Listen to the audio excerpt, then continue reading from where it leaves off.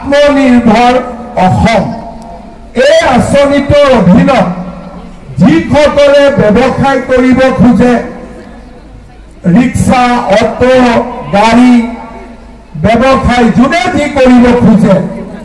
এই ল'ৰাবিলাকে ছোৱালীবিলাকে আবেদন কৰিলে চৰকাৰে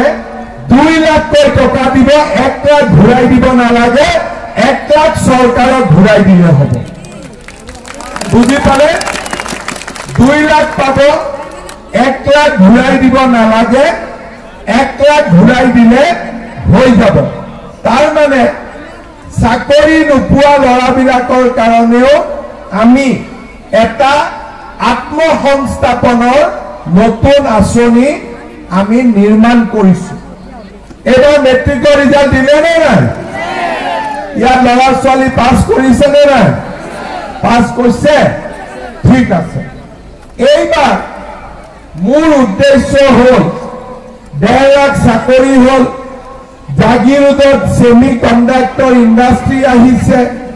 আৰু লাহে লাহে অসমত আইন শৃংখলা যদি ভালে থাকে উদ্যোগীকৰণৰ এটা ডাঙৰ পৰিৱেশ গঢ়ি উঠিব নলবাৰীত পেপসি কোম্পানী আহিছে পেপসি ইয়াতে আজিকালি মেনুফেকচাৰিং হয় তাৰ মানে আমাৰ পঢ়া শুনা কৰা বহুত ল'ৰা ছোৱালী লাগিব সেইকাৰণে এইবাৰ মই ইলেকশ্যনৰ মিটিঙত য'তে গৈছো মই ৰাইজক কৈছো যে ল'ৰা ছোৱালীক যাতে কলেজত এডমিশ্যন দিয়ে তেতিয়া মোক কৈছে যে ছাৰ মামা এডমিশ্যনৰ ফিজ বহুত বেছি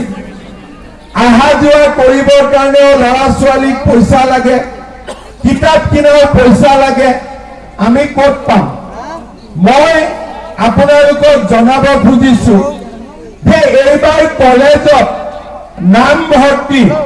ল'ৰা হওক ছোৱালী হওক সম্পূৰ্ণ বিনামূলীয়া হ'ব কোনো 1 টকা দিব নালাগে ইয়াৰ উপৰিও যিবিলাক ছোৱালীয়ে কলেজত এডমিশ্যন ল'ব সেই ছোৱালীক অহা যোৱা কৰিবৰ কাৰণে তাই বেংক একাউণ্টত মামাই 10,000 টকাকৈ সোমাই দিব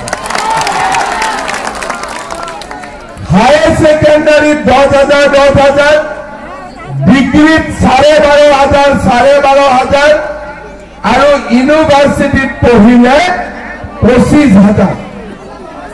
ল'ৰাক দেউতাক মাকে পঢ়াব এতিয়া ল'ৰাক দেউতাক মাকে পঢ়াব ছোৱালীক মামাই পঢ়াব বুজিলে